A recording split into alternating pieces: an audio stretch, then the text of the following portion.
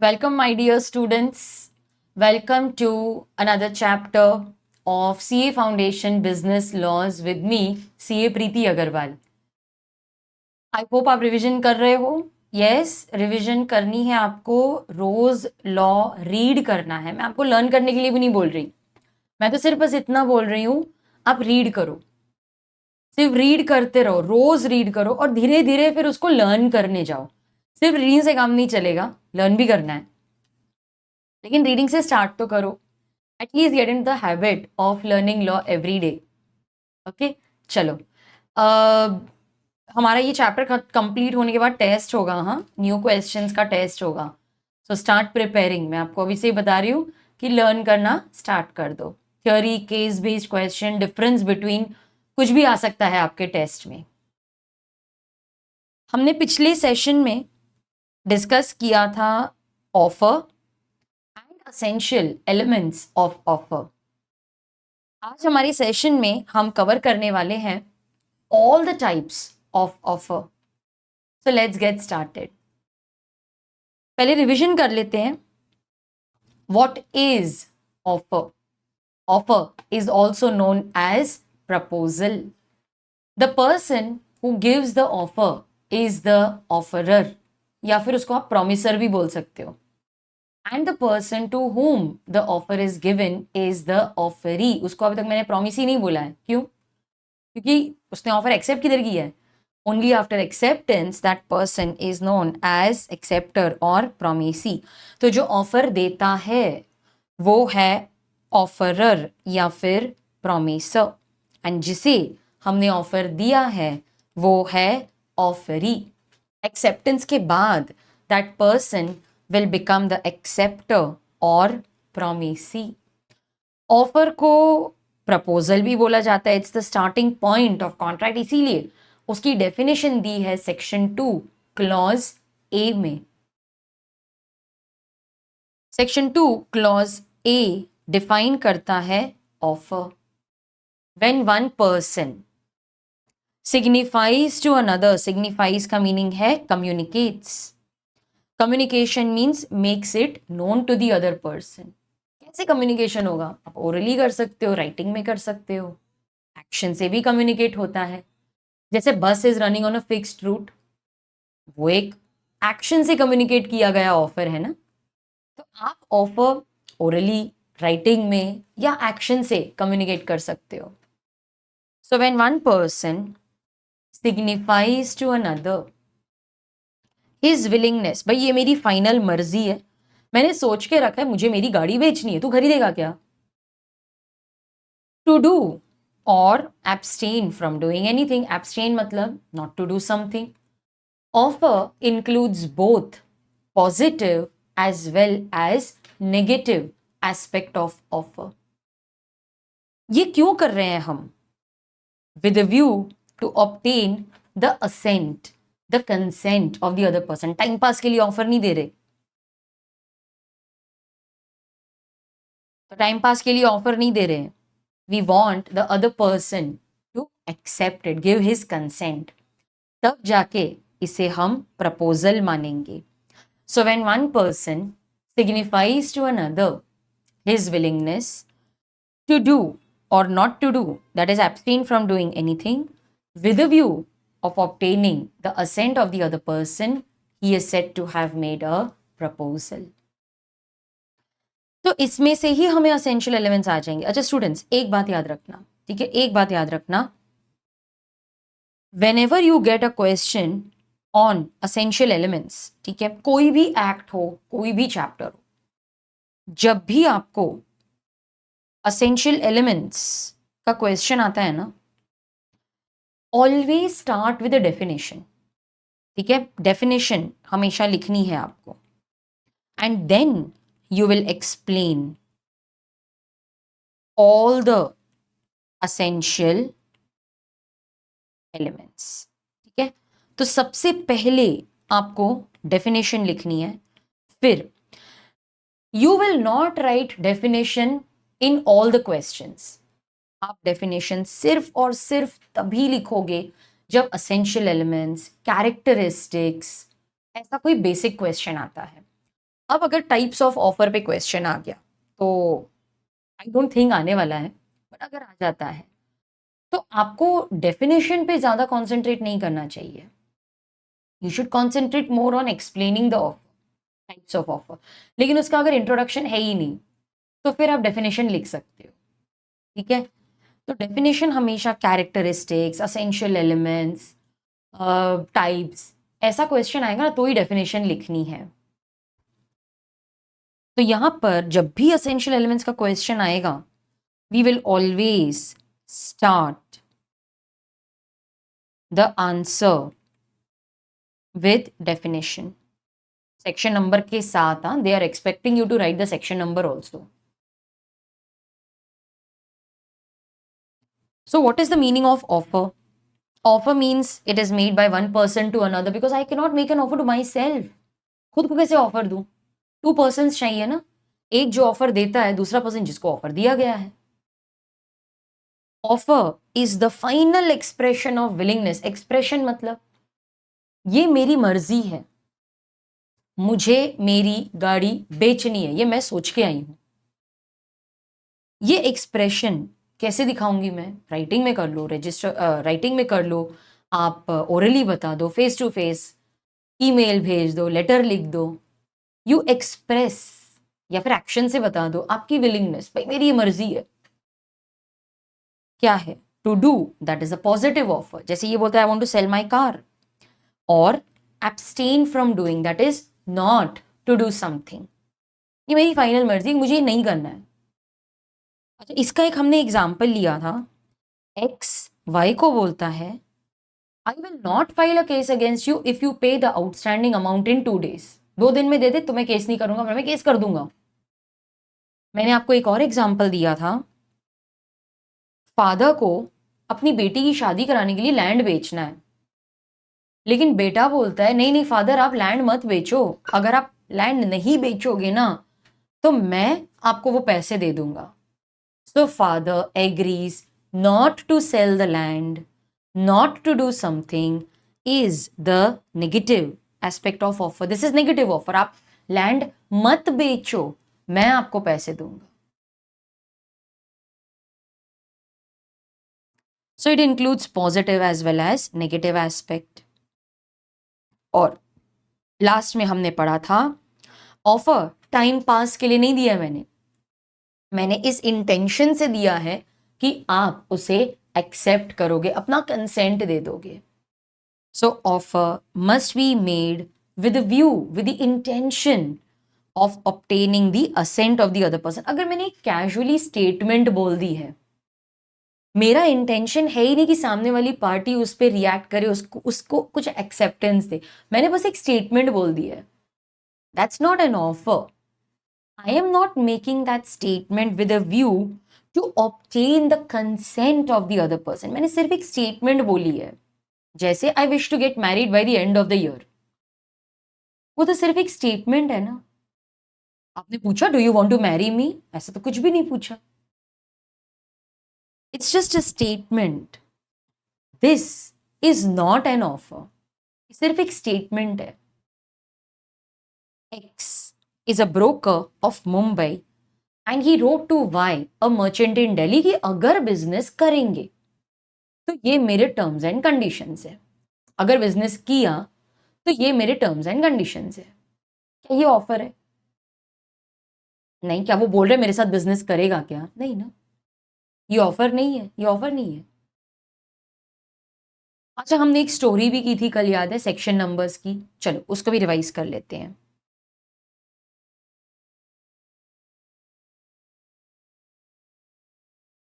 Section 2 clause A.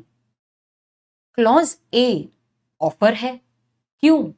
Because offer is the starting point of contract. I hope ये आपने लिखा है, जैसे मैंने लिखा है वैसे आपको भी अपने नोट टेक्स्ट बुक में लिखना है.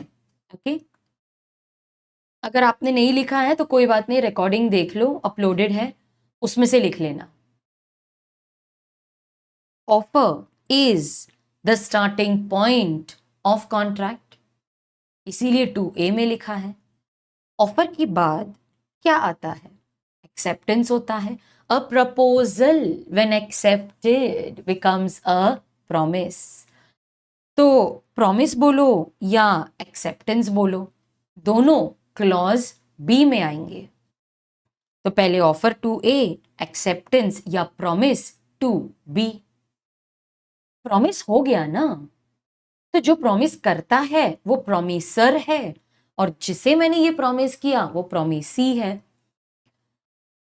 तो प्रॉमिसर और प्रॉमिसी को डिफाइन किया है इन टू सी.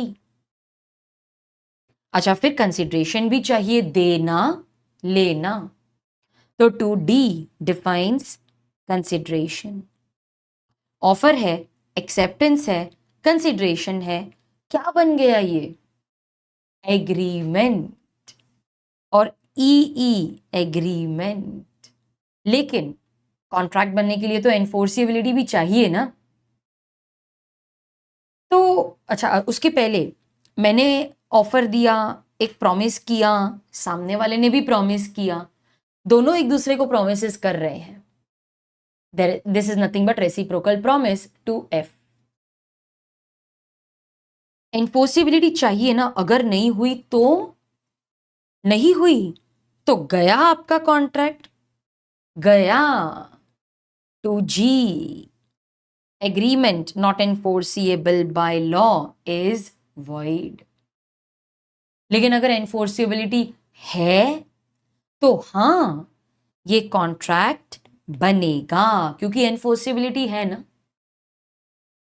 अब देखो, कॉन्ट्रैक्ट वैलिड रखना है कि वॉइड कर देना है, ये आई विल डिसाइड.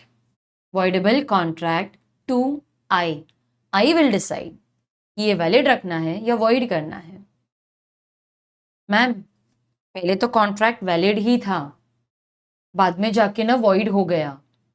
हो जाता है जे. वॉइड कॉन्ट्रैक्ट एंटर्ड किया था तब तो वैलिड था, बाद में कुछ ऐसा सर्कमस्टांस हो गया कि वो वॉइड हो जाता है. ठीक है. तो टू डी देना लेना, कंसिडरेशन. ई एग्रीमेंट. जी गया, वॉइड एब इनिशियो. हाँ, कॉन्ट्रैक्ट बना. आई विल डिसाइड कि ये कॉन्ट्रैक्ट वैलिड है या वॉइड करना है, वॉइडेबल कॉन्ट्रैक्ट. एंड अगर बाद में जाकर वो कॉन्ट्रैक्ट वॉइड हो जाता है, so it is void contract to J. ठीक है. चलो, तो आई होप ये भी आपको याद आ गया. ऐसे ही मैं बहुत इंटरेस्टिंग स्टोरीज देने वाली हूं आपको whenever we discuss the section numbers. ठीक है.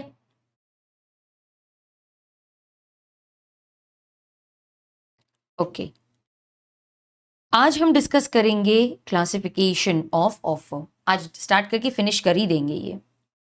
चलो, क्लासिफिकेशन ऑफ ऑफर. ऑफर में be classified as general offer. General offer क्या होता है? It is an offer which is made to the public in general. ऐसे किसी एक पर्टिकुलर पर्सन को मैंने ये ऑफर नहीं दिया है, जनरल पब्लिक को सबको दे दिया है. It is an offer which is made to the public in general.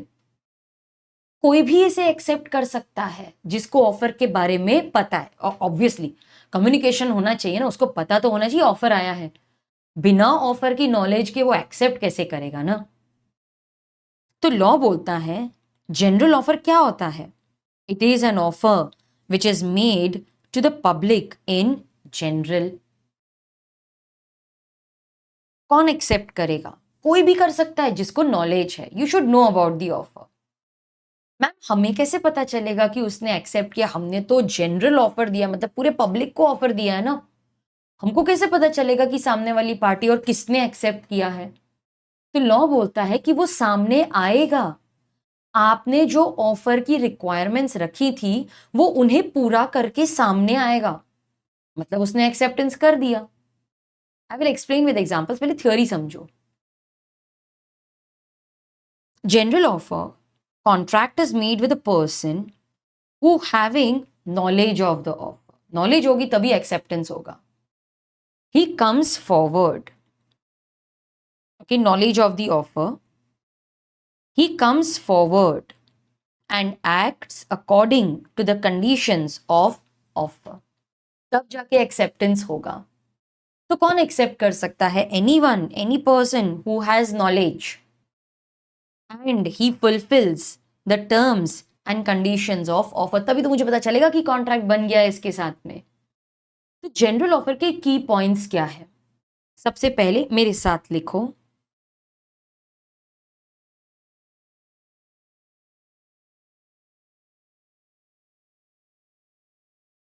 ये एक ऑफर है which is made to the public in general. Acceptance कौन करेगा? कोई भी, anyone who has knowledge of the offer।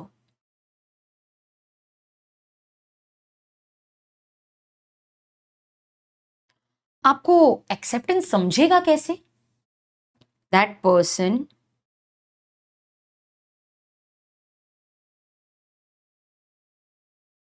comes forward and acts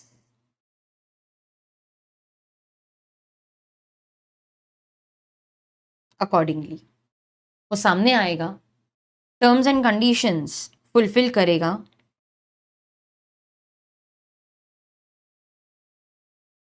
तब जाके हमको पता चलेगा कि ऑफर एक्सेप्ट हो चुका है।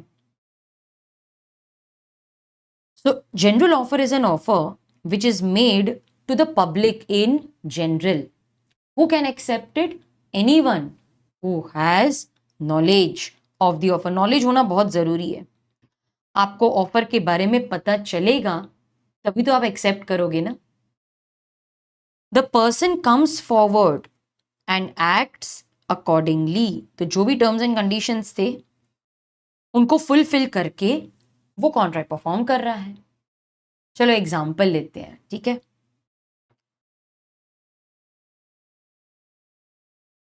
एक्स है ना, उसका डॉग खो गया है, तो वो न्यूज़पेपर में एडवर्टीजमेंट दे देता है that I will pay 10,000 rupees to whoever finds my missing dog. तो अब उसने रिवॉर्ड का ऑफर दे दिया कि जो भी मेरे डॉग को लेकर आएगा ना, मैं उसको 10,000 दूंगा। वाई? ऐसे ही कैजुअली चल रहा था, उसने वो एड देख ली, अच्छा ये डॉग के लिए 10,000 मिलेंगे, क्या बात है। आगे चल रहा था और फिर उसको वो डॉग दिख गया, अरे ये तो वही डॉग है। उसने डॉग को उठाया, एक्स को कॉल किया, अरे सुन मुझे तेरा डॉग मिल गया। Now in this case x had given a general offer, y had knowledge of the offer। उसने देखा, पढ़ा, अरे 10,000 रुपीज मिलेंगे reward. he had knowledge of the offer of reward। then he found the dog, he came forward, called up x, x मुझे तेरा dog मिल गया है। he came forward, he found the dog, acted accordingly, मतलब contract बन गया ना। This is a contract. Ma'am एक doubt है मुझे, अब उसको डॉग तो वैसे ही मिल गया था, लेकिन उसको रिवॉर्ड के बारे में ना बाद में पता चला, तो क्या वो क्लेम कर सकता है? लॉ अभी देखो, लीगली बोलोगे तो नहीं क्लेम कर सकता। क्यों? क्योंकि जब उसने डॉग को फाइंड किया था तब तो उसको रिवॉर्ड के बारे में नहीं पता था ना। मैम कौन बोलेगा ये सब? वो झूठ बोल सकता है ना। झूठ बोलने के लिए तो बोल ही सकता है, फिर तो रिवॉर्ड मिल जाएगा। लेकिन अगर आप मुझे लीगली पूछते हो तो उसको रिवॉर्ड तभी मिलेगा जब उसको डॉग फाइंड करने से पहले रिवॉर्ड के बारे में पता था। तो लॉ थोड़ा सा वियर्ड है इसके बारे में। बोलते हैं आपको नॉलेज ही नहीं थी रिवॉर्ड की तो कैसे क्लेम कर सकते हो। उनका बोलना भी सही है, लेकिन ठीक है, हाँ झूठ बोलेंगे तो फिर वो मिल ही जाता है रिवॉर्ड। उसके बारे में मैं नहीं बात कर रही, मैं तो लीगली बोल रही हूँ कि रिवॉर्ड तभी मिलेगा जब उसको डॉग फाइंड करने के पहले रिवॉर्ड के बारे में पता था। ठीक है, चलो। तो इसमें क्या था? It is made to the public in general, it can be accepted by anyone who has the knowledge of offer, and he comes forward and acts accordingly according to the terms and conditions। यहां पर नहीं, एक बहुत ही interesting case law है, Carlill versus Carbolic Smoke Ball company. Case law का नाम हम highlight करेंगे क्योंकि ये बहुत इंपॉर्टेंट है। और हमें ये केस लॉ लर्न करना है, Carlill versus Carbolic Smoke Ball Company, Carlill versus Carbolic Smoke Ball Company. अब केस लॉ क्या है? Okay, there was an epidemic of influenza. Influenza क्या होता है? Severe cold, cough, fever. तो इन्फ्लुएंजा का एपिडेमिक था। Carbolic Smoke Ball Company invented a product smoke ball. बोलते हैं use our smoke ball thrice a day for 2 weeks and you will not contract influenza. आप हमारा स्मोक बॉल दिन में 3 बार use करो, 2 हफ्तों के लिए आपको इन्फ्लुएंजा नहीं होगा, और अगर हो भी गया हम आपको 100 पाउंड्स का रिवॉर्ड देंगे। हम झूठ नहीं बोल रहे, हमने अलायंस बैंक में 1000 पाउंड्स ऑलरेडी डिपॉजिट करके रखा है, हमारा फुल इंटेंशन है टू पे। हम झूठ नहीं बोल रहे, हम तो देंगे। और ये सब अनाउंस करने के लिए उन्होंने एक एडवर्टीजमेंट बना ली। देखो यहां पर क्या लिखा है, carbolic Smoke Ball company, sorry, carbolic Smoke ball will positively cure. वैसे तो वो स्मोक बॉल बहुत कुछ क्योर कर सकता था, जैसे कफ 1 हफ्ते में क्योर हो जाएगी, कोल्ड इन द हेड 12 घंटे में क्योर हो जाएगी, cold in the chest 12 hours, asthma 10 minutes में। ये कार्बोलिक स्मोक बॉल जो है ना, ये स्मोक बॉल ये इन सबको ट्रीट कर सकता था। स्नोरिंग 1 हफ्ते में, सोर आईज 2 हफ्ते में, हेडेक 10 minutes में। अब क्योंकि एपिडेमिक इन्फ्लुएंजा का था ना, तो एड में उन्होंने इन्फ्लुएंजा ही लिखा।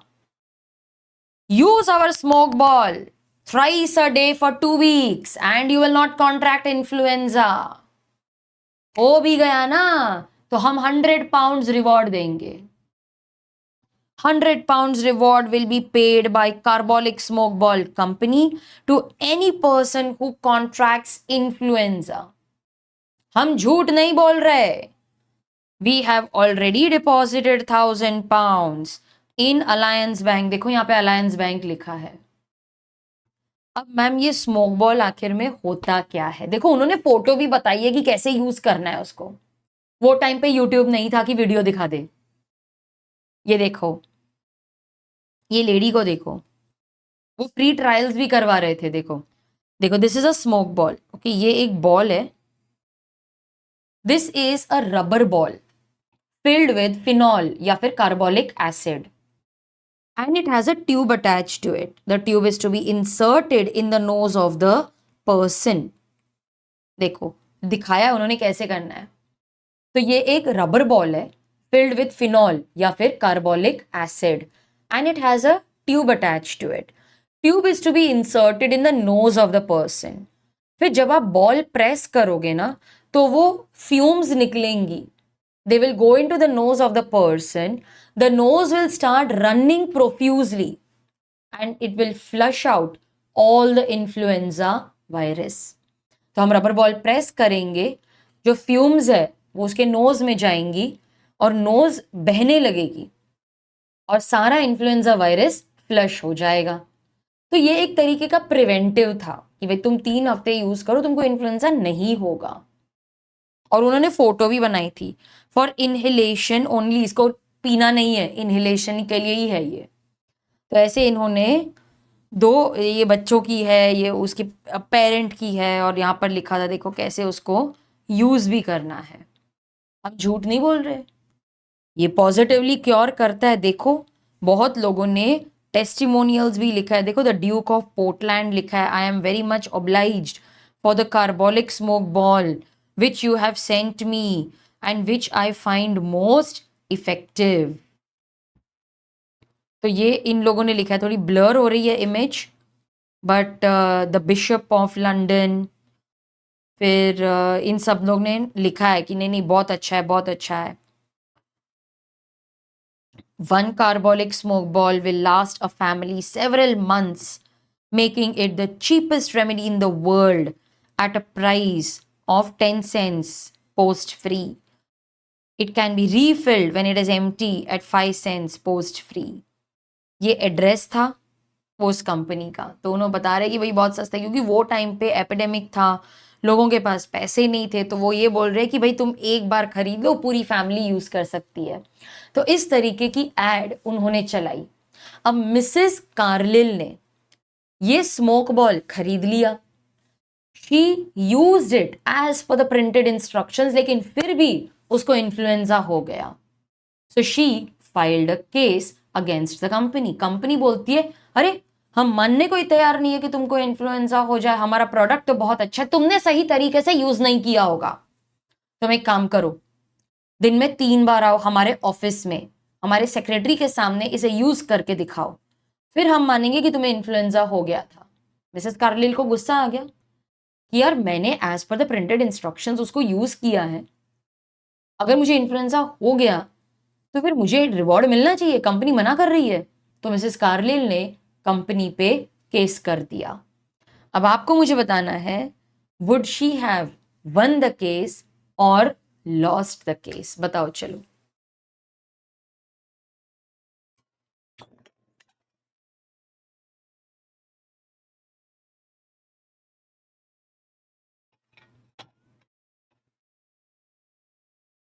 Would she have won the case और लॉस्ट द केस?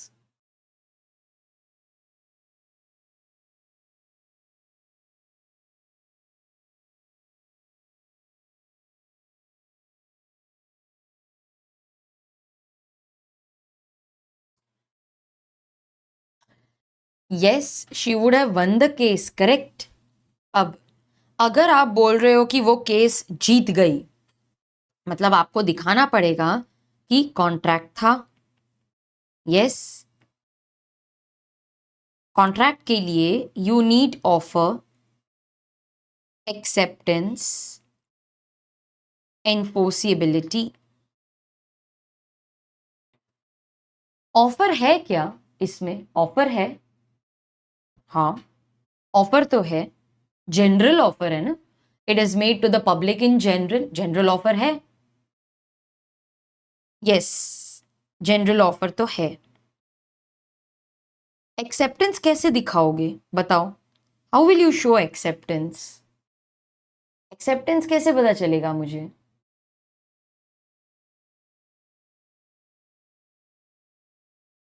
एक्सेप्टेंस कैसे पता चलेगा बताओ?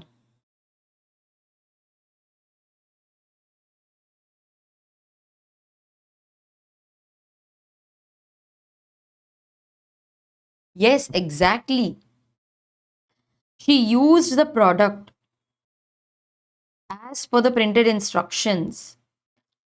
तो उसके एक्शन से इम्प्लाइड एक्सेप्टेंस हुआ कि नहीं? वर्ड्स तो नहीं यूज हुए लेकिन एक्सेप्टेंस तो है ना। अच्छा, अब हम एनफोर्सिबिलिटी कहां से लाएंगे? एनफोर्सिबिलिटी कहां से लाओगे?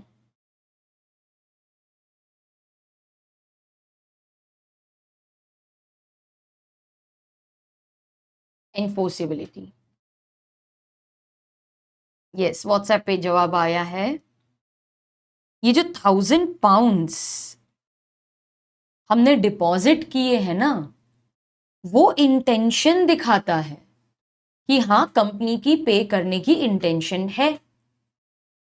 Yes, it's a business and a commercial transaction. तो यहां पर तो एनफोर्सिबिलिटी, और उन्होंने 1000 पाउंड्स बैंक में डिपॉजिट किए थे ना, अलायंस बैंक में। यस, बैंक में डिपॉजिट किए थे, तो वो उनकी इंटेंशन दिखाती है कि अगर हमने पे नहीं किया,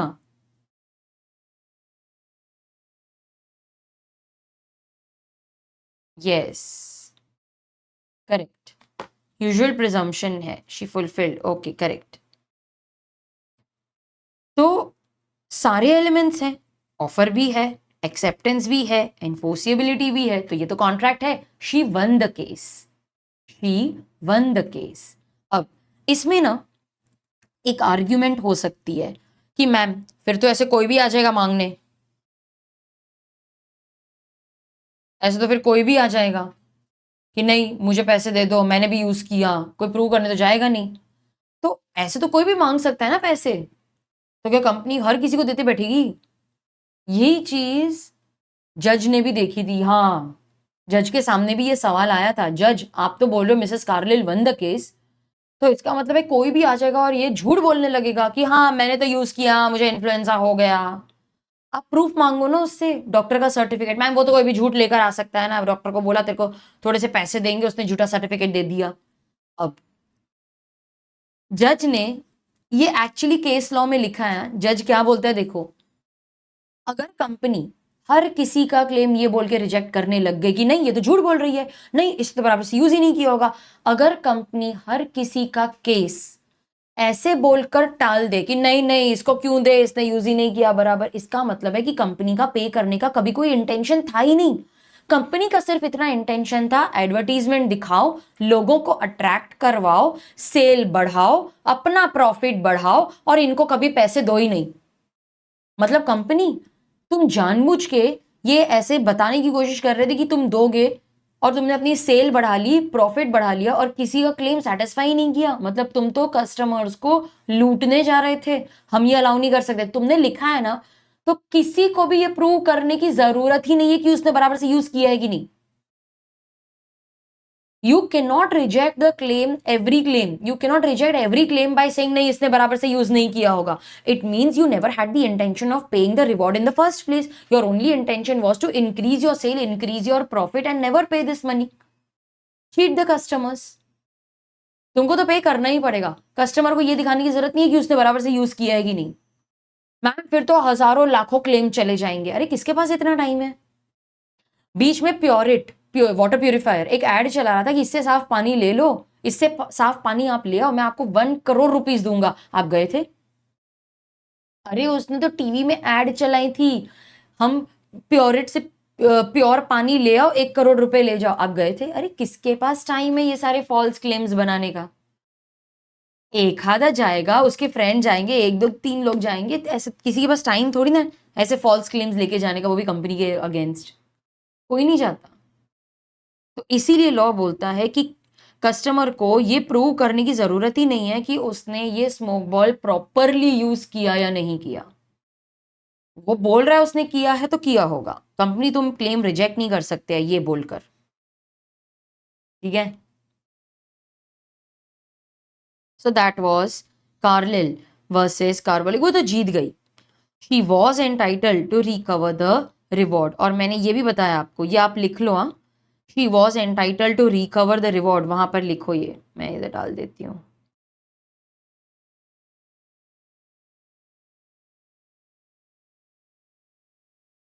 इसकी वजह से शी वॉज एंटाइटल्ड, ये लिख लो।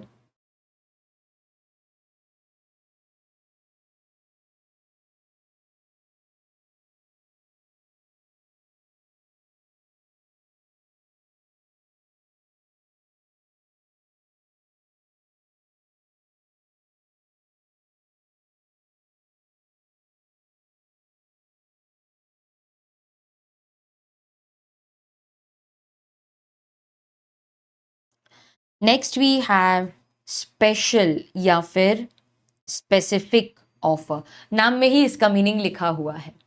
स्पेशल या specific offer is an offer which is made to a specific person. It can be accepted by that person only, कोई और एक्सेप्ट नहीं कर सकता।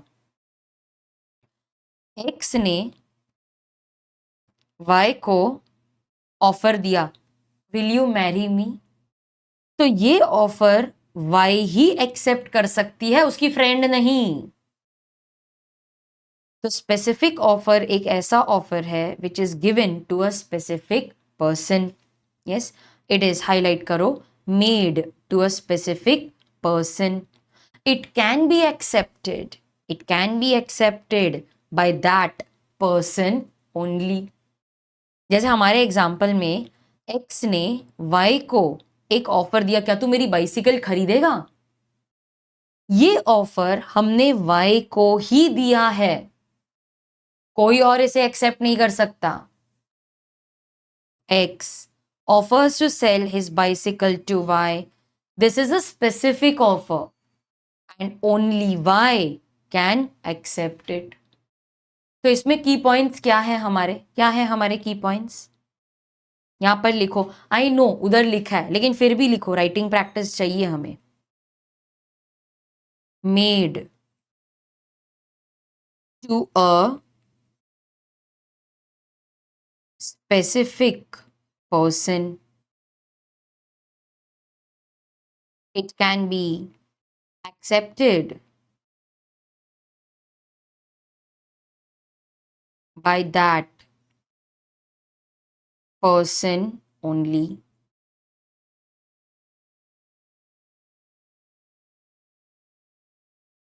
तो जो स्पेसिफिक ऑफर है, it is made to a specific person, it can be accepted by that person only.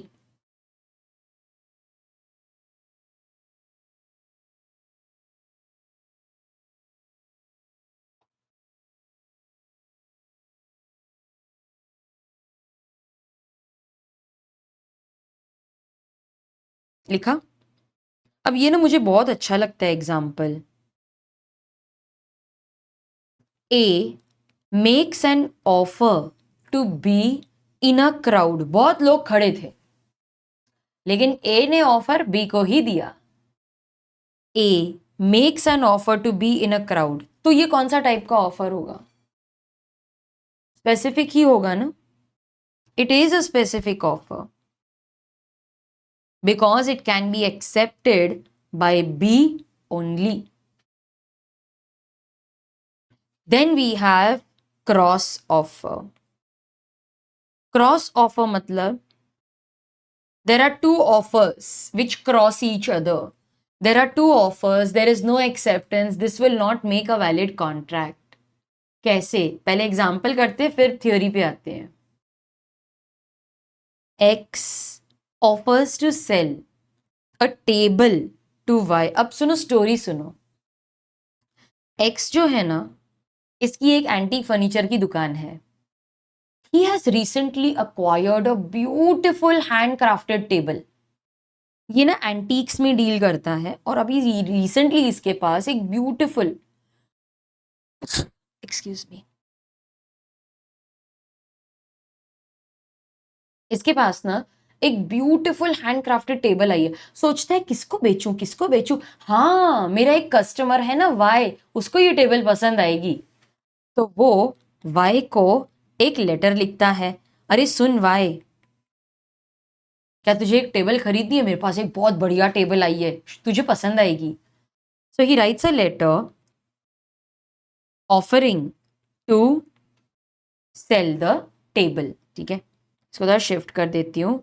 वो letter लिखता है offering to sell the table. At the same time Y is getting his house renovated. बोलते हैं वैसे तो मेरे घर में सब एंटीक है, मतलब मैं फर्नीचर की बात कर रही हूँ, सिर्फ एक टेबल की कमी है. वैसे तो सारे एंटीक ही भरे हुए हैं मेरे घर पे फर्नीचर, सिर्फ एक टेबल की कमी है. किससे खरीदूं. अरे मेरा फ्रेंड है ना एक्स, पहले भी मैंने उससे बहुत सामान खरीदा, बहुत अच्छा डीलर है, उसको एक लेटर लिखता हूं. अरे वाई, मुझे एक टेबल चाहिए, तेरे पास कुछ है क्या? He writes a letter offering to buy a table. Both these letters cross each other. This is known as a cross offer. Total filmy situation. इसने क्या लेटर लिखा कि मैं तेरे को एक टेबल बेचना चाहता हूं, खरीदेगा क्या? उसने भी exact same to same offer दिया है. मुझे एक टेबल खरीदनी है, तेरे पास कोई टेबल है क्या? एग्जैक्टली, मतलब टेबल का ही ऑफर दे रहे हैं. Both these offers cross each other. This is known as a cross offer. Ma'am ये रियल लाइफ में थोड़ी ना होता है. अरे होता है, कैसे बताऊं? आप लोग ना बहुत बोर हो गए तो आपने सोचा क्या करें, तो आप अपने फ्रेंड को ना मैसेज कर रहे हो चल ना मूवी चलते हैं, आपने मैसेज का जस्ट सेंड बटन दबाया और उसका कॉल आ गया, ए सुन ना हम सब फ्रेंड सोच रहे हैं मूवी जाते हैं, तू चलेगा क्या? क्या टेलीपैथी है बॉस। मैं तुझे अभी वही मैसेज दे रहा था, मैंने तुझे, तू चेक कर, तेरा व्हाट्सएप चेक कर, देख हमारी एक ही सोच है ना, तू मेरा सच्चा दोस्त है यार, हम कितने खुश हो जाते हैं ना।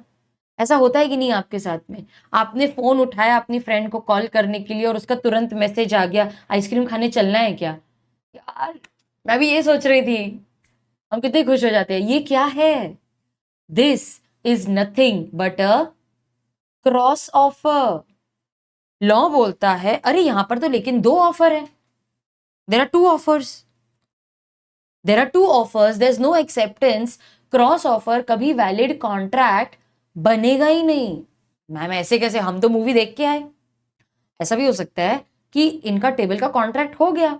हाँ, प्रैक्टिकली और थियोरटिकली चीजें अलग हो सकती हैं। थियोरटिकली लॉ बोलता है कि यहां पर दो ऑफर्स हैं, कोई एक्सेप्टेंस है ही नहीं, तो क्रॉस ऑफर कभी भी वैलिड कॉन्ट्रैक्ट नहीं बन सकता। प्रैक्टिकली शायद ये दोनों इतने खुश हो जाए, तूने मेरे सेम सेम ऑफर, शायद वो इतने खुश हो जाए कि एक दूसरे का ऑफर एक्सेप्ट कर भी ले, टेबल की सेल हो भी जाएगी। लेकिन थियोरटिकली कॉन्ट्रैक्ट नहीं बनता ना इधर, there is no contract. So there are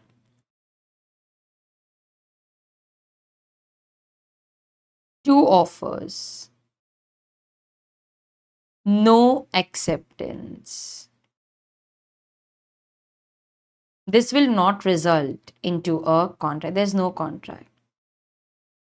ये एग्जाम्पल दिया है आपके टेक्स्ट बुक में। मेरा कोई भी एग्जाम्पल ऐसा नहीं है जो आपके पास अवेलेबल नहीं है, सिर्फ उसको मैंने थोड़ा सा पिक्चर फॉर्म में लाया है ताकि आपको वो याद रहे। है ये देखो, X wrote a letter to Y offering to sell him an antique table on the same day. Y also wrote a letter offering to buy. तो ये offer to sell दे रहा है, ये offer to buy कर रहा है। The letters cross each other in the post. There's no concluded contract. Contract बनेगा ही नहीं because there are two offers. There is no acceptance.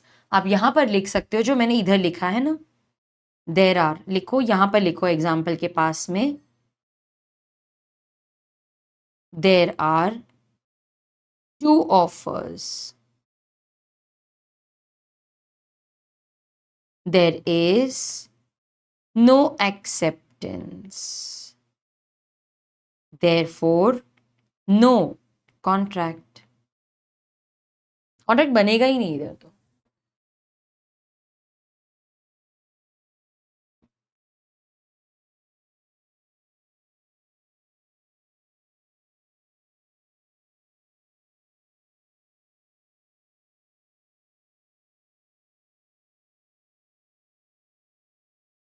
हो गया लिख के। So these two offers are cross offers. अब क्रॉस ऑफर की definition क्या है?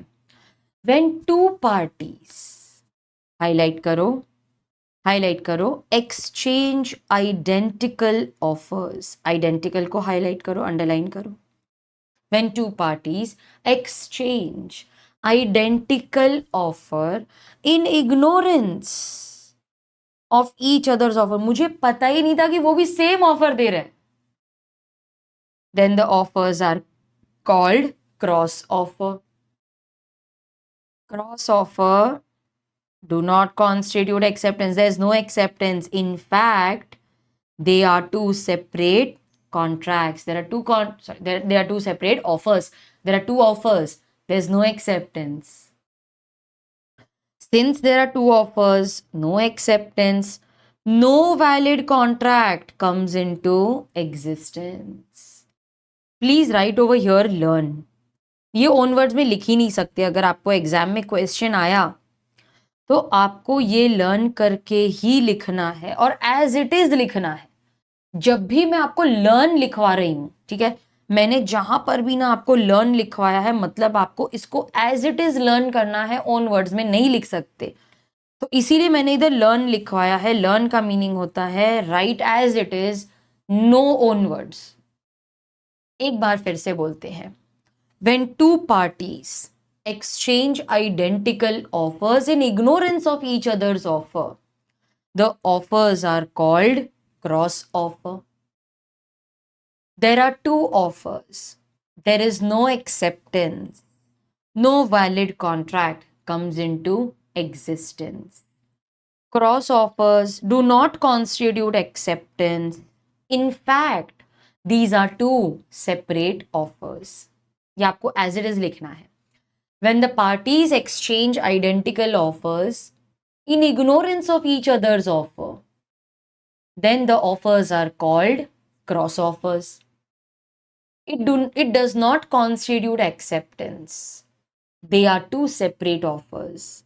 इसी का simple version है. There are two offers. There's no acceptance. No valid contract comes into existence. कितने simple words में मैंने यहाँ पर मेरे notes में लिखा है देखो. ये तो आप लर्न कर सकते हो ना. सिंपल सेंटेंसेस है, शॉर्ट सेंटेंसेस है, लर्न हो जाएगा. नेक्स्ट जो ऑफर है that is known as counter offer. कभी सब्जी खरीदने गए हो? हाँ मैम गए हैं ना.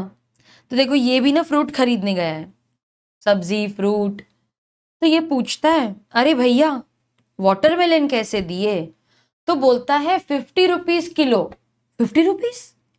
अरे वहां पर तो 50 रुपीज में 2 किलो मिल रहे हैं, तू भी दे दे चल. तो अब यहां पर क्या हुआ? एक्स ने वेजिटेबल वेंडर से पूछा अरे भैया वाटरमेलन कैसे दिए?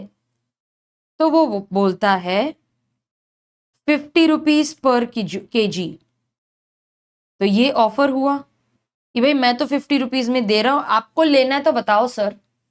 ऑफर हुआ.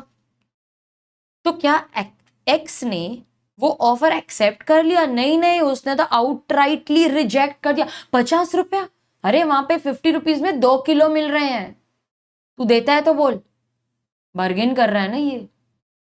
एक्स ने वाई का जो ऑफर है वो रिजेक्ट कर दिया और अपना ही नया ऑफर दिया उसे.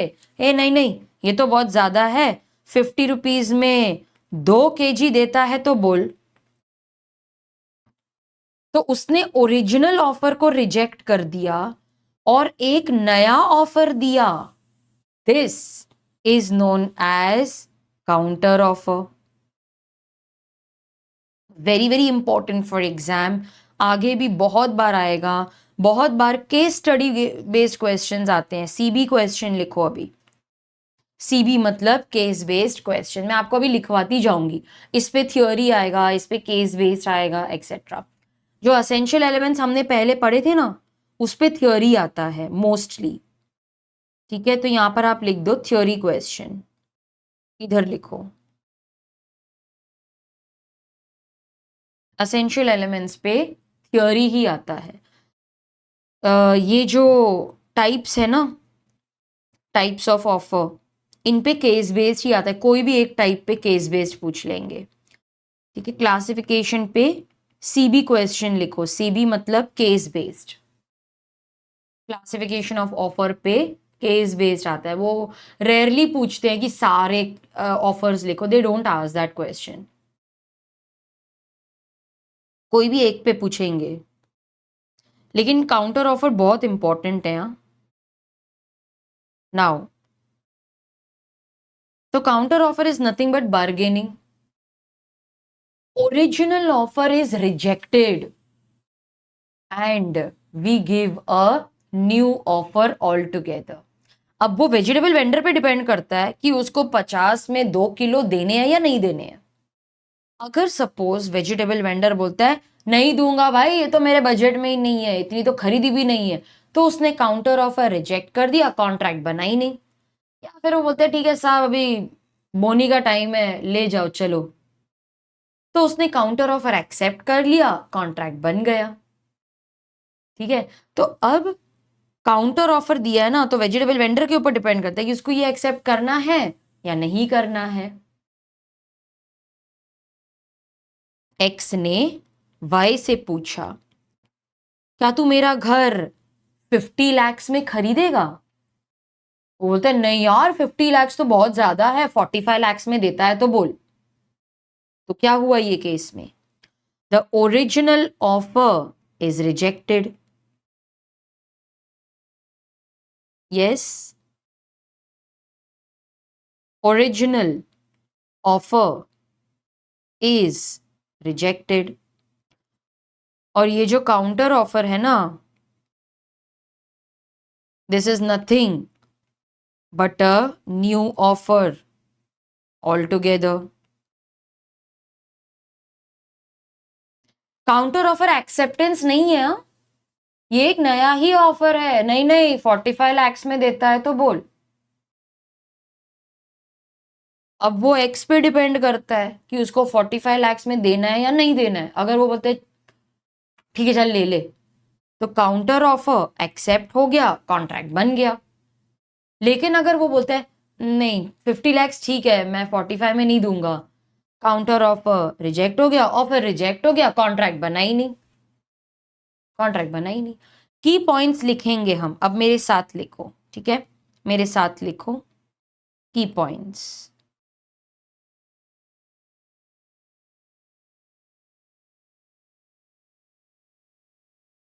काउंटर ऑफर जो है ना, लिखो counter offer amounts to rejection of the original offer. Okay, counter offer amounts to rejection of the original offer. Counter offer is not acceptance. Counter offer is not acceptance. In fact, it is a new offer altogether. अगर आपको चाहिए तो आप sticky notes भी लेके आ सकते हो, और स्टिकी नोट्स में ये सब लिख के वहां पे चिपका सकते हो, आपकी मर्जी है, यहाँ पे लिखना है स्टिकी नोट्स में लिखना है। So counter offer amounts to rejection of the original offer.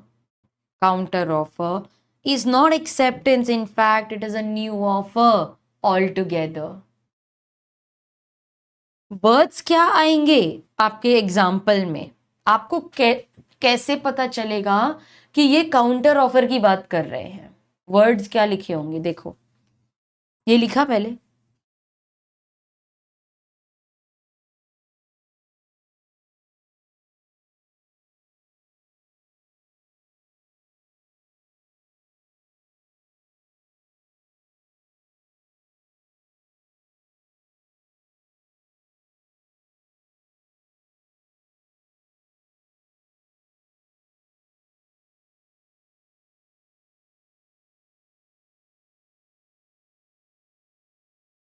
Okay done. Words क्या आएंगे आपके क्वेश्चन में? Qualified acceptance, acceptance of the offer subject to modification variations. ठीक है, तो क्वालिफिकेशन, क्वालिफाई करना मतलब नहीं नहीं 45 lakhs में देता है तो बोल। मॉडिफिकेशन करना, कुछ वेरिएशन चेंज लाना, मॉडिफाई करना मतलब चेंज करना, ठीक है। मॉडिफिकेशन, वेरिएशन, वेरिएशन का मीनिंग भी चेंज ही होता है। कुछ कंडीशंस चेंज कर देना, कुछ ऐड कर देना, प्राइस चेंज कर देना, कुछ निकाल देना condition. So it is a qualified acceptance. Qualification मतलब क्या? मैं एक्सेप्ट करने को तैयार हूं, लेकिन 50 रुपए में 2 किलो देता है तो आपने कुछ कंडीशन डाल दी ना। मैं तैयार हूं, तेरा फ्लैट लेने को तैयार हूं, लेकिन तू 45 lakhs में देता है तो बोल। तो आपने कुछ क्वालिफाई कर दिया, मतलब कुछ कंडीशन डाल दी उस पर, मैं ये करने को तैयार हूं लेकिन। So that is a counter offer. तो कीवर्ड्स हैं qualified acceptance, modification, variation in the terms of the contract. Law क्या बोलता है? ऑफर जैसा दिया है वैसे का वैसे ही एक्सेप्ट करो, कोई चेंज मत करो. Acceptance should be a mirror image of the offer. Mirror में क्या है, जो हम है वैसे ही दिखता है ना, कोई चेंज तो नहीं होता. तो लॉ भी यही बोलता है कि offer must be accepted as it is without any alteration, variation, change. कुछ नहीं करना है, जैसा ऑफर दिया वैसे ही एक्सेप्ट करो. अगर आपने कोई ऑल्ट्रेशन कर दी, ठीक है, इफ ऑल्ट्रेशन इज मीन मतलब मैंने कुछ चेंज कर दिया, ठीक है, मैंने कुछ चेंज कर दिया या मैंने कुछ ऐड कर दिया या मैंने कुछ उसमें से निकाल दिया, तो ये तो काउंटर ऑफर है. Counter offer does not amount to acceptance. In fact it is rejection of the original offer and it is just like a new offer altogether. It is a rejection of the original offer. Counter offer is a new offer altogether. Original offer reject कर दिया मैंने, मतलब बोलने की जरूरत नहीं है, counter offer देने से ओरिजिनल ऑफर रिजेक्ट ही हो जाता है, वो रिजेक्ट ही हो जाता है. तो जैसे ही काउंटर ऑफर दिया ओरिजिनल ऑफर रिजेक्ट हो गया ना.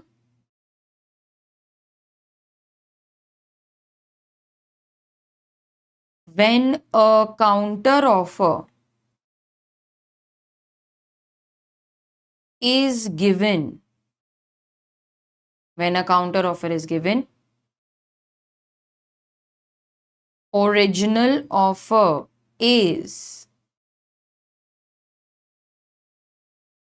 automatically rejected. ये इसका मतलब है, implied rejection का मतलब है ये implied rejection का मतलब है.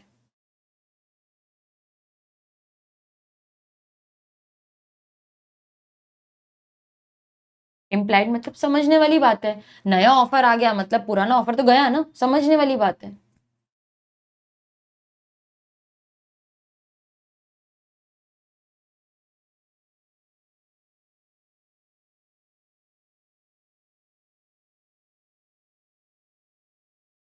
तो हमने क्या पढ़ा देखो. Counter offer amounts to rejection of the original offer.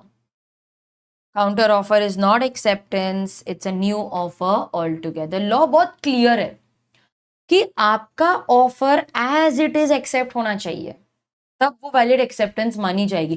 थोड़ा भी चेंज कर दिया ना तो वो काउंटर ऑफर है. Counter offer is a qualified acceptance. It is subject to certain modification, variation, change. It is not acceptance, it is rejection of the original offer. ये भी आपको लर्न करना है, एज इट इज लर्न ही करना है. इसमें आप ओन वर्ड्स में नहीं लिख सकते, तो इधर लिख दो लर्न. काउंटर ऑफर लर्न करना है. अब मेरे पास एक क्वेश्चन है, सॉल्व करके बताओ. एक्स ने, नहीं ए लेती हूं, मेरे दिमाग में ए है, ठीक है. ए ने बी को अपना हाउस ऑफर किया, लेट्स से 1 लाख में. बोलते मेरा घर 1 लाख में खरीदेगा. बी बोलता है नहीं यार, 1 लाख तो बहुत ज्यादा है, तू 90,000 में देता है तो बोल. ए बोलता है नहीं, मैं 90,000 में तो नहीं दूंगा.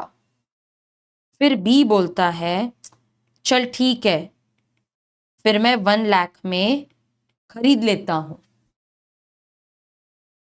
ए बोलता है नहीं दूंगा, तू बहुत बार्गेन करता है. क्या ए रिजेक्शन कर सकता है? बी ने माना ना 1 लाख में दूंगा, तो ये तो एक्सेप्टेंस हो गया ना ऑफर का, तो फिर क्या ए मना कर सकता है? ये मेरा क्वेश्चन है. क्या ए मना कर सकता है कि नहीं दूंगा जा?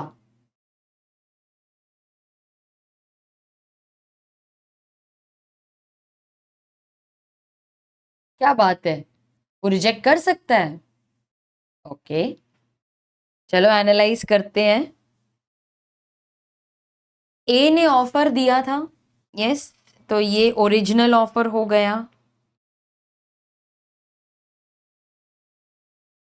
ए ने ओरिजिनल ऑफर दिया, यस। बी क्या बोलता है? नहीं नहीं, 1 लाख बहुत ज्यादा है, 90 में देता है तो बोल। तो ओरिजिनल ऑफर रिजेक्ट हो गया। और फिर क्या हो गया, ये 90,000 वाला क्या है? This is nothing but a counter offer. Yes correct, ये काउंटर ऑफर है। फिर ए ने क्या बोला? नहीं दूंगा। तो बी क्या बोलता है? अच्छा चल ठीक है, 1 लाख में ले लेता हूं। ये भी काउंटर ऑफर है, क्योंकि ओरिजिनल ऑफर तो रिजेक्ट हो चुका था, अब तो वो एग्जिस्टेंस में ही नहीं है। फिर जब बी बोलता है ना कि हाँ ठीक है चल मैं 1 लाख में ले लेता हूं, ये भी एक काउंटर ऑफर है। अब वो ए पे डिपेंड करता है। ए कैन आइदर एक्सेप्ट और रिजेक्ट दिस काउंटर ऑफर। अब उस पर डिपेंड करता है कि तुझे एक्सेप्ट करना है या रिजेक्ट करना है। समझ गए? बहुत अच्छा क्वेश्चन है ये आप अपने नोटबुक में या टेक्स्ट बुक में अगर आपके पास जगह है, या पोस्ट इट अगर है आपके पास तो लिख दो।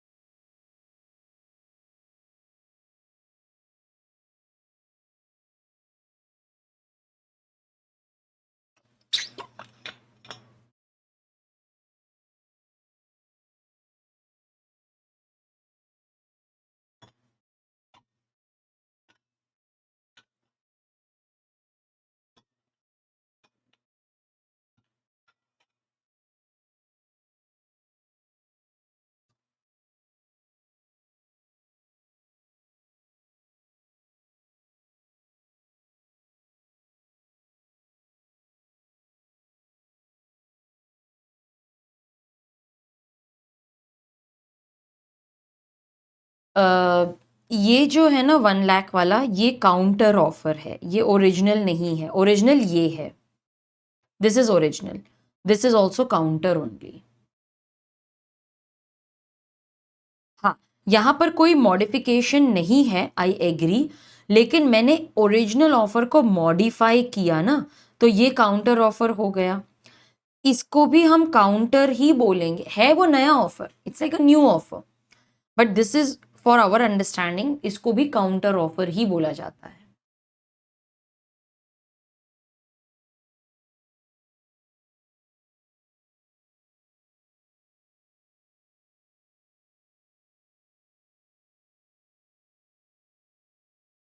अच्छा, एक डाउट आया है कि काउंटर ऑफर डिस्काउंट से कैसे अलग है।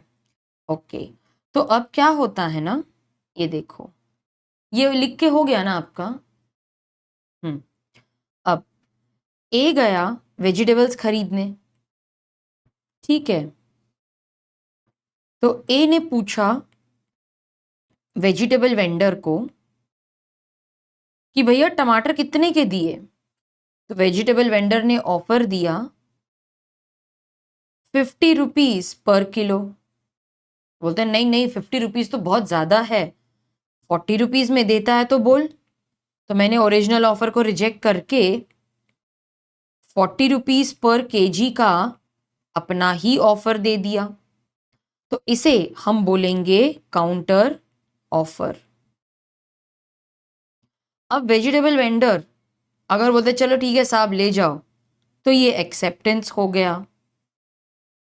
तो आप इसको बोल सकते हो कि ये तो उसने डिस्काउंट कर दिया ना 10 रुपए का, लेकिन ये तभी होगा जब वेजिटेबल वेंडर उसको एक्सेप्ट कर लेता है कि हाँ चलो ठीक है सर दे देता हूं।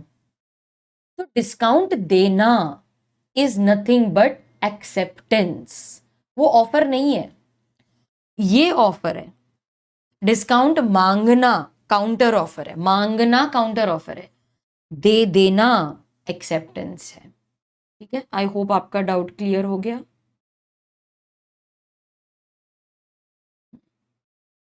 तो ऑफर मांगना ही काउंटर ऑफर है और दे देना एक्सेप्टेंस है।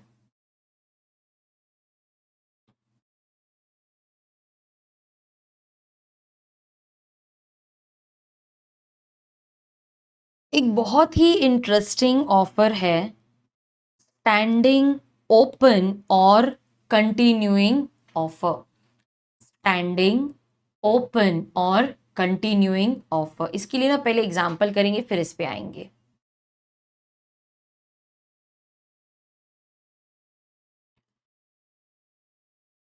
ए लिमिटेड एक कंस्ट्रक्शन कंपनी, ये एग्जांपल आपके बुक में है, ठीक है, ये पूरा का पूरा एग्जांपल आपके बुक में है, मैंने एग्जैक्टली वही वर्ड्स लिए हैं यहां पर।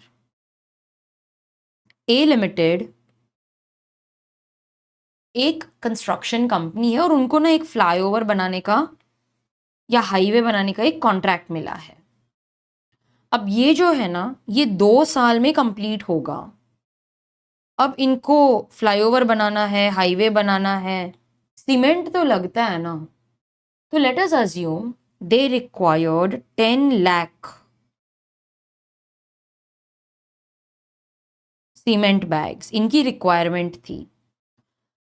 तो उन्होंने ना सीमेंट बैग के सप्लायर्स से टेंडर मंगवाया, कोटेशन मंगवाई, अरे हमको ना 10 लाख सीमेंट बैग्स चाहिए, सप्लायर्स बताओ क्या प्राइस में दोगे। तो X Y Z P Q R, इन सब लोगों ने वो टेंडर फिल किया कि हम ये प्राइस पे देंगे, लेकिन जेड का जो प्राइस था ना वो सबसे कम था, तो ए ने वो एक्सेप्ट कर लिया। नाउ बिफोर आई प्रोसीड, आप मुझे बताओ, ए लिमिटेड ने ऑफर दिया है कि उसने ऑफर इनवाइट किया है, ये बताओ चलो।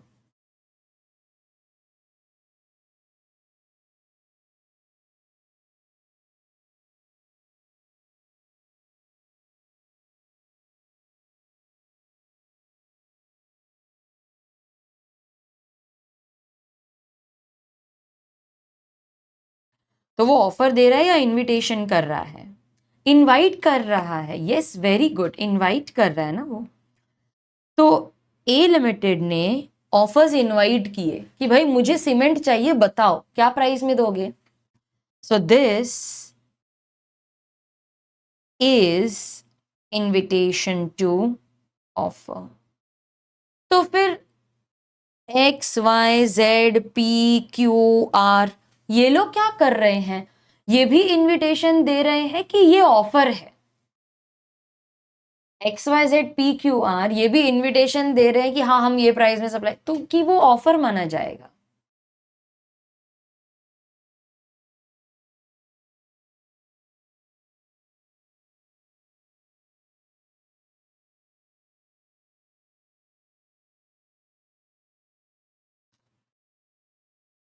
यस, ये लोग जो दे रहे हैं दैट इज ऑफर, कि भाई हम तो ये प्राइस में देंगे, दैट इज ऑफर। किसका ऑफर सबसे बेस्ट था? जेड का। तो फिर ए लिमिटेड ने जेड का ऑफर एक्सेप्ट किया, यस और नो? जेड का ऑफर एक्सेप्ट किया, यहां पे लिख देती हूं।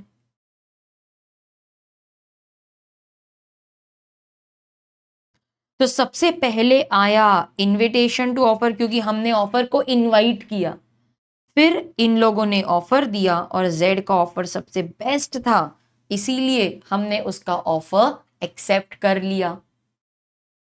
अब कॉन्ट्रैक्ट बना कि नहीं? ऑफर एक्सेप्ट हो गया ना, अब कॉन्ट्रैक्ट बन गया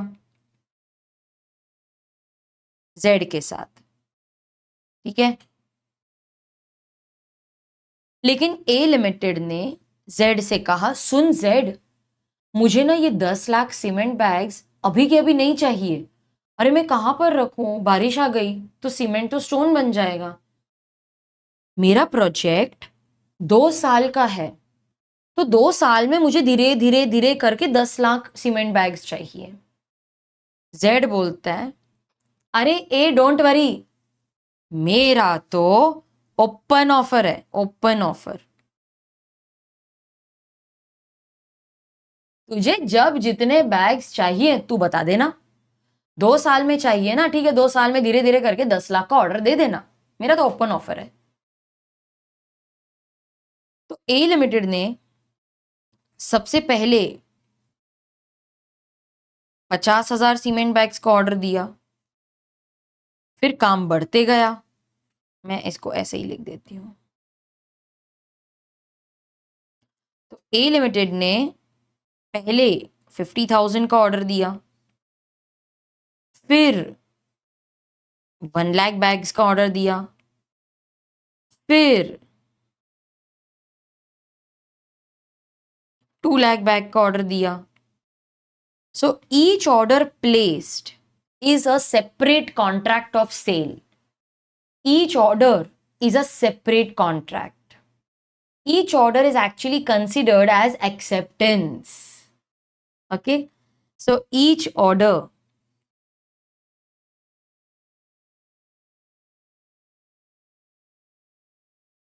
placed is acceptance of Z's open offer. मतलब हर एक ऑर्डर को एक्सेप्टेंस माना जाएगा, इसीलिए हर एक ऑर्डर सेपरेट कॉन्ट्रैक्ट है। Each order placed is acceptance of Z's open offer. Each order is a separate contract. ठीक है, each order is acceptance of Z's open offer and each order is a separate contract of sale भी लिख सकते हो आप। एक बार revise करें, देखो, A Limited was a construction company. It wanted cement bags over a period of 2 years for construction of a flyover or a bridge. So they invited tenders. Z सबसे अच्छे प्राइस में सीमेंट दे रहा था, इसीलिए हमने Z का offer accept कर लिया। Z बोलता है डोंट वरी, मेरा तो ओपन ऑफर है, तुमको जब जितने बैग्स चाहिए बता देना।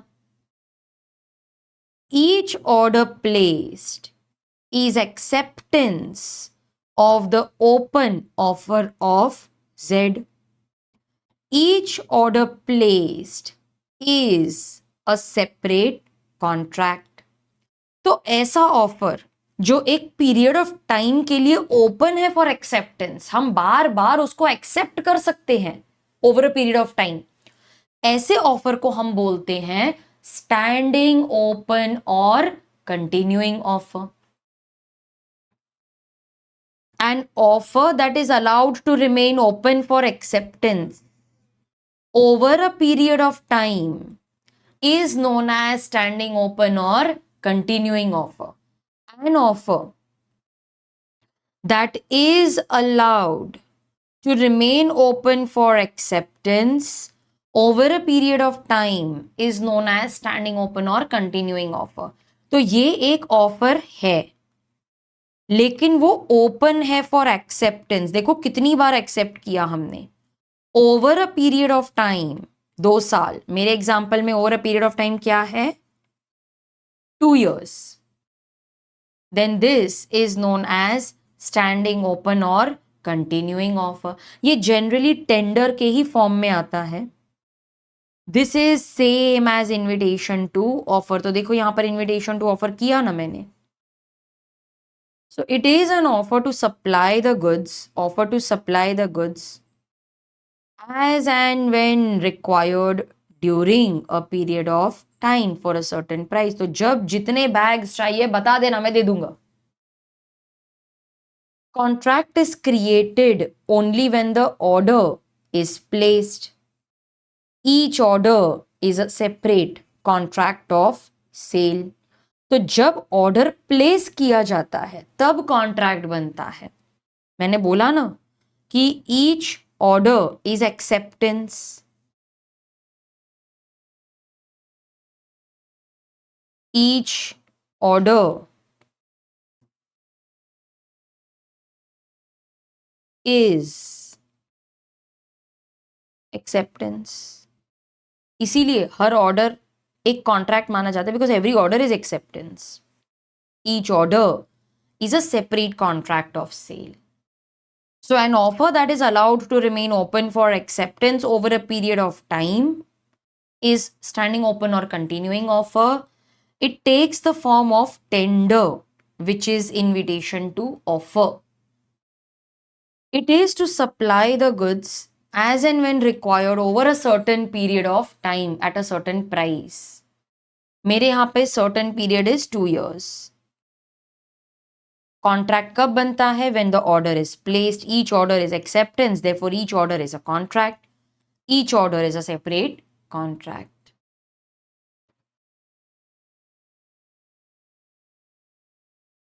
एक डाउट आया है, is it required to order 10 lakh over a period of time? Like what if we are ordering only 9 lakhs? How many doesn't need? Okay, yes. Now, price generally 10 lakh के हिसाब से ही दिया होगा, तो आपको 10 lakh ऑर्डर करना ही है.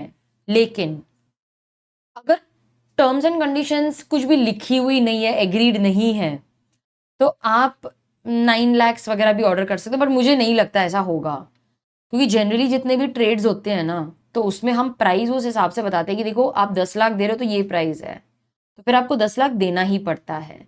ये एक बिजनेस कस्टम बोल लो, कहीं पे लिखा नहीं होता बट देना पड़ता है. और अगर आपको सेफ रहना है तो फिर आप एक कॉन्ट्रैक्ट बनवा लो जहां पर आपने लिखा होगा कि ये 10 लाख सीमेंट बैग्स देगा तो इसको ये प्राइस मिलेगा, और अगर नहीं देगा तो क्या होगा. तो इंडिया में क्योंकि हम कॉन्ट्रैक्ट बनाने में इतना या राइटिंग करने में इतना बिलीव नहीं करते, तो डिस्प्यूट्स होने के चांसेस हैं. तो डिपेंड करता है कि पार्टीज के बीच में क्या एग्रीड है, उनका ट्रेड कस्टम क्या है कि भाई एक बार बोल दिया तो ये प्राइस पे 10 लाख देना ही पड़ेगा, नहीं दोगे तो इतना नुकसान बेयर करना पड़ेगा. तो हमको देखना पड़ेगा कि उनके बीच में कोई एग्रीमेंट है क्या, क्या उसमें लिखा है 10 लाख नहीं दोगे तो क्या होगा, या फिर कोई ट्रेड कस्टम है क्या. और अगर कुछ भी नहीं है तो on the basis of business relation, business customs आपको देना है क्या, और कुछ भी बिल्कुल भी कुछ नहीं है तो फिर हम कोई एक्शन ही नहीं ले पाएंगे. तो there are so many factors to be considered. या there is one offer and there are many acceptances. Correct, सही बताया. एक ऑफर है और बहुत सारे एक्सेप्टेंसेस हैं.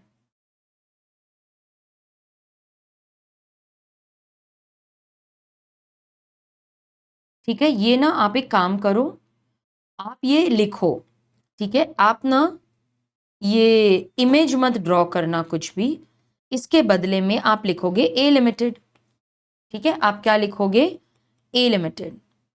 ठीक है, आप ए लिमिटेड लिखो, और जैसा मैंने ये एरो बनाया है, ये सब जो राइटिंग की है वो तो आप लिख सकते हो, है ना. तो आप ए लिमिटेड लिखोगे यहाँ पर, और जो मैंने लिखा है एग्जाम्पल उसको लिखोगे.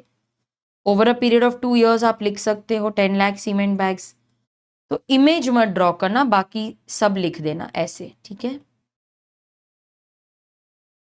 लिखो चलो.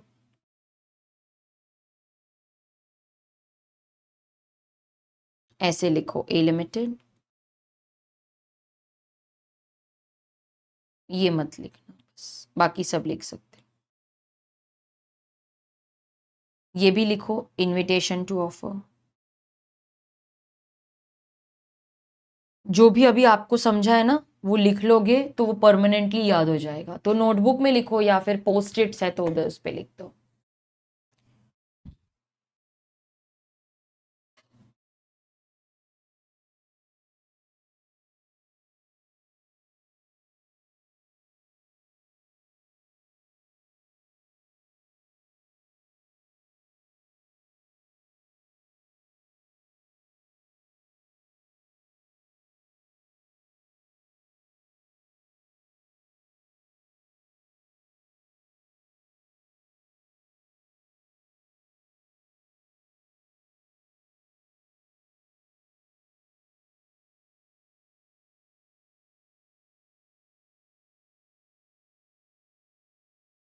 एक डाउट आया है, मैम अगर और 1 लाख बैग्स ऑर्डर की तो वो अलग कॉन्ट्रैक्ट होगा या फिर ए लिमिटेड का ही ऑफर होगा? आप ये बोल रहे हो कि मतलब 11 lakhs बैग ले रहे हैं हम, मतलब 10 लाख के ऊपर? यस, तो वो भी एक सेपरेट कॉन्ट्रैक्ट ही माना जाएगा। प्रैक्टिकली स्पीकिंग वो इसी में आ जाएगा, मुझे नहीं लगता है कि एक सेपरेट कॉन्ट्रैक्ट बनेगा। प्रैक्टिकली अगर मैं बात करूं तो कि 10 लाख तो दे दिया, 11 भी दे दिया तो क्या हुआ, बट हाँ वो एक सेपरेट कॉन्ट्रैक्ट ही माना जाएगा। यस, वो एक सेपरेट कॉन्ट्रैक्ट ही माना जाएगा।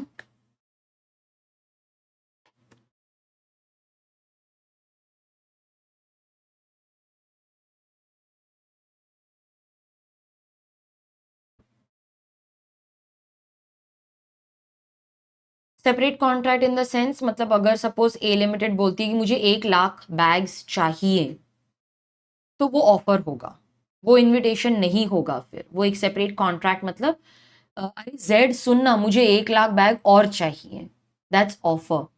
जेड बोलता है मैं भिजवा दूंगा, सेम प्राइस, एक्सेप्टेंस। तो वहां पर सिर्फ ऑफर एंड एक्सेप्टेंस होगा, सिंपल, वहां पर ये सब नहीं होगा।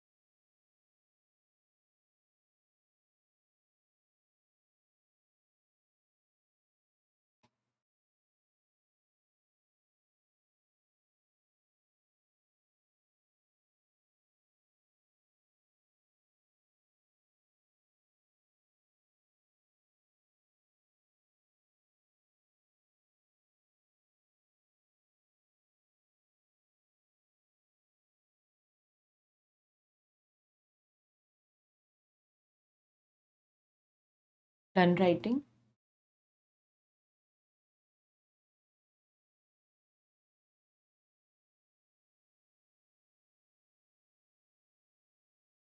Okay,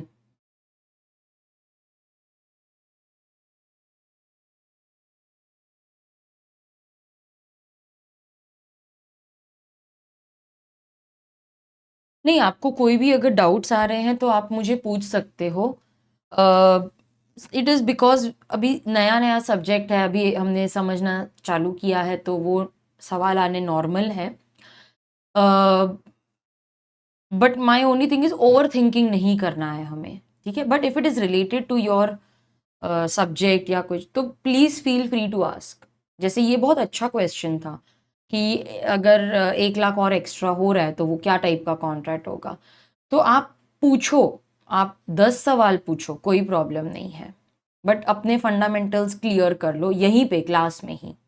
okay, so yes, you can also send a voice message. अगर आपको लगता है मैम इतना टाइप करना नहीं पॉसिबल हो रहा है तो व्हाट्सएप पे वॉइस मैसेज पढ़ लो, मैं क्लास में ही सॉल्व कर दूंगी वो।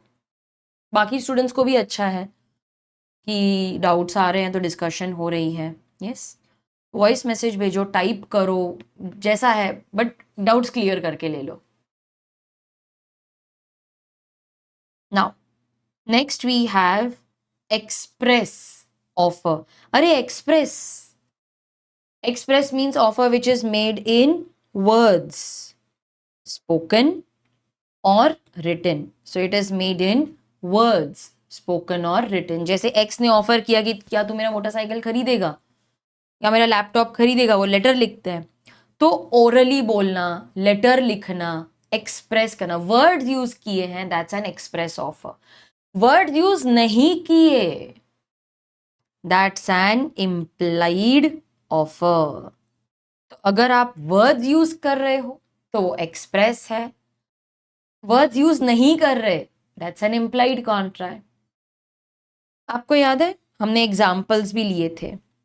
अच्छा, इम्प्लाइड क्या होता है, इसको आपको हाईलाइट करना है और यहां लिखना है लर्न।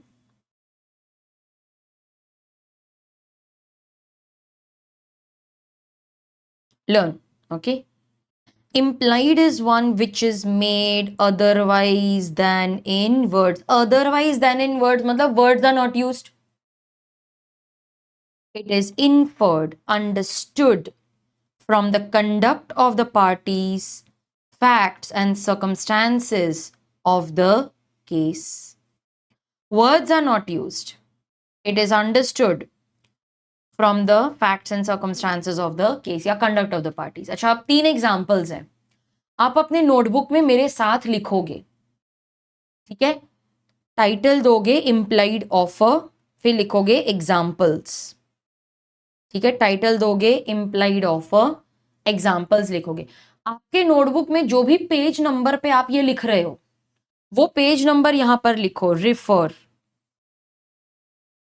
नोटबुक पेज नंबर, जो भी पेज नंबर है इधर लिखो, ठीक है। रिफर नोटबुक पेज नंबर, ताकि आपको पता चले नोटबुक में एग्जाम्पल्स दिए हैं, हमने डिस्कशन की है। आप लिखोगे 1 ऑक्शन सेल, ठीक है। आप लिखोगे 1, मैं यहां पे लिख रही हूं, आप मेरे साथ ही लिखोगे 1 ऑक्शन सेल। आई होप आपने टाइटल दिया है implied offer examples.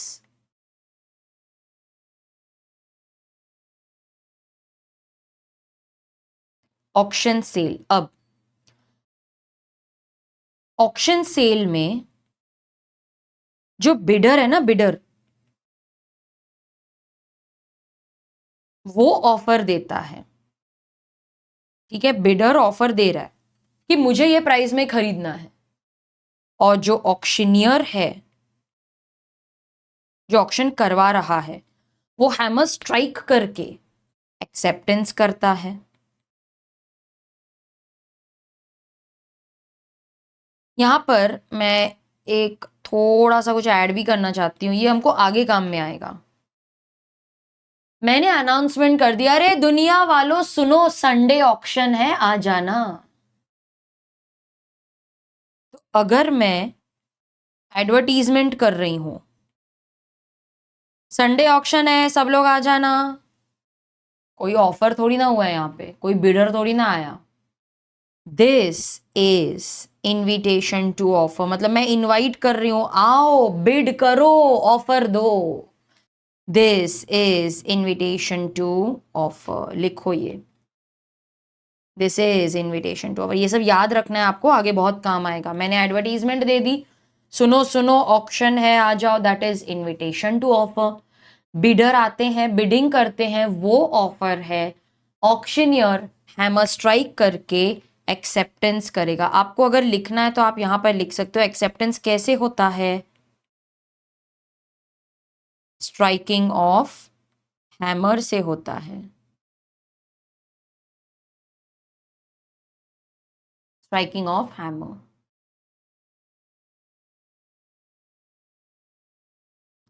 Second example,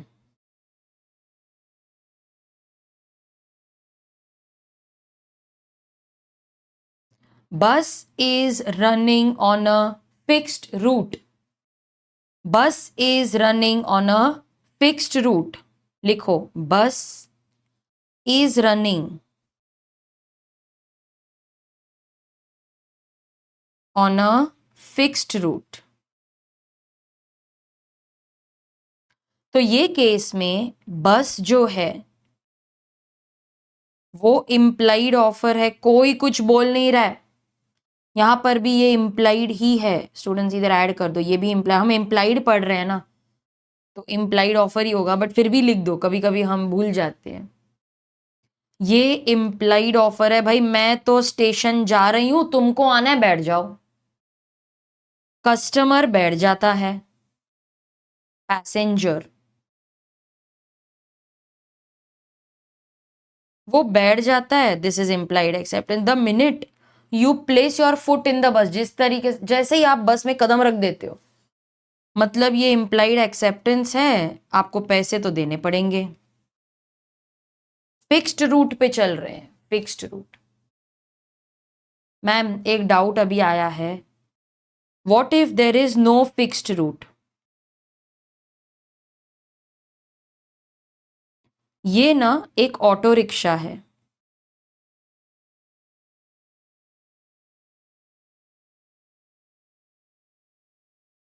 इसका कोई फिक्स्ड रूट ही नहीं है, आप जिधर बोलो वो चलेगा। हाँ, अगर कोई फिक्स्ड रूट नहीं है तो ये जो ऑटो रिक्शा है ना,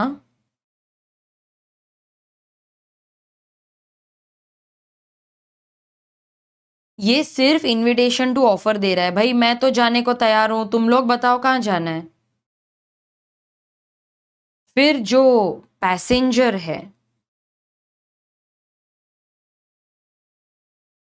वो ऑफर देगा, अरे भैया स्टेशन जाओगे?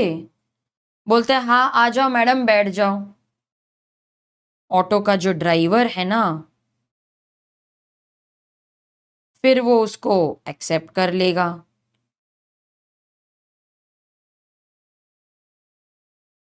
ठीक है, तो ये एक्स्ट्रा है। ठीक है, ये एक्स्ट्रा है, हमारे अंडरस्टैंडिंग के लिए है। वैसे ये इम्प्लाइड इधर आ गया, ये तो एक्स्ट्रा डिस्कशन है कि अगर फिक्स रूट नहीं है मैम, तो ऑटो वाला जो घूम रहा है इधर, खाली घूम रहा है, वो इनविटेशन टू ऑफर है, आप बताओ कहाँ जाना है। हम बोलते स्टेशन जाएगा, बोलते हाँ बैठ जाओ, एक्सेप्टेंस हो गया। वो बोलते नहीं जाऊंगा, रिजेक्ट हो गया मेरा ऑफर।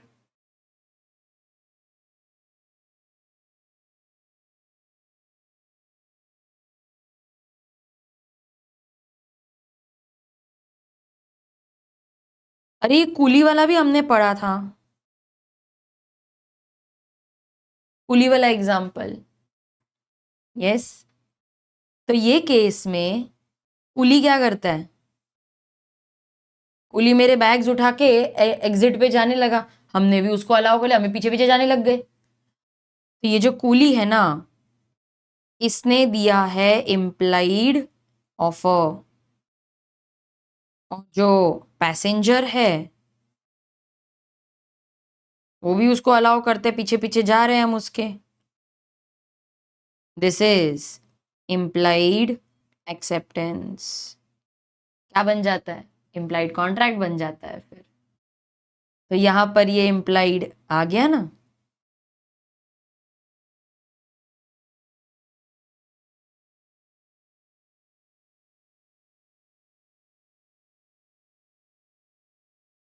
कुली खुद से ही उठा के लेके जा रहे हैं, हम भी अलाउ कर रहे हैं, वर्ड्स आर नॉट यूज्ड, हमारे एक्शन से ही पता चल गया।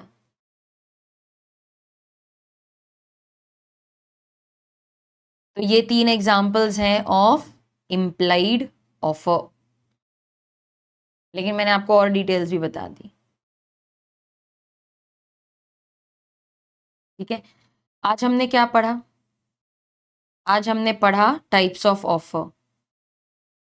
सबसे पहले general offer, offer which is made to the public in general. Anyone who has knowledge of the offer can accept it. Specific offer, it's made to a specific person. It can be accepted by that person only. Cross offer, there are two offers, there's no acceptance, this will not be a valid contract. दो identical offers हैं, acceptance है ही नहीं। Counter offer is bargaining, counter offer rejects the original offer, it's not acceptance, in fact it's a new offer all together. फिर सामने वाली party के ऊपर depend करता है उसको एक्सेप्ट करना है या रिजेक्ट करना है। वो एक्सेप्ट करेगा तो कॉन्ट्रैक्ट बनेगा, वरना नहीं बनेगा। Standing open or continuing offer, it is an offer which is allowed to remain, it is allowed to remain open for acceptance over a period of time. Each order is acceptance of the open offer. Each order is a separate contract of sale. ये हर order एक acceptance है, हर order एक contract बनेगा। Express मतलब expressed in words, spoken or written. Implied means words are not used, It is understood from the action, conduct of the parties, circumstances of the case. हमने 3 examples किए यहाँ पे, auction, bus running on fixed route and coolie. ठीक है, तो आज के लिए बस इतना ही. आज पूरे लेक्चर में हमने टाइप्स ऑफ ऑफर्स पढ़े. अगले सेशन का एजेंडा सुन लो. अगले सेशन में हम डिस्कस करेंगे रूल्स ऑफ ऑफर. यहाँ पे कोई सेक्शन वगैरह नहीं है, because all these are not covered in the sections. ये सिर्फ हमारे अंडरस्टैंडिंग के लिए है. ओके, चलो आज के लिए बस इतना ही. अगले सेशन में मिलेंगे. एंड कोई भी डाउट है students, please feel free to ask. I will be very happy to address your doubts. Revise करते रहना, टेस्ट की तैयारी करते रहना. बेस्ट मार्क्स आने चाहिए आपको लॉ में. Law should be your favourite subject. Let us study law like never before. Students, आपके फ्रेंड्स अगर इंटरेस्टेड हैं so they can enrol by visiting my website capreetyagarwal.com. Lectures are available, books and test series are also available. Thank you so much for joining. I really had a great time with you guys. I hope you are also enjoying law. Yes. Next lecture में मिलेंगे और rules of offer पढ़ेंगे. Bye bye. Take care guys.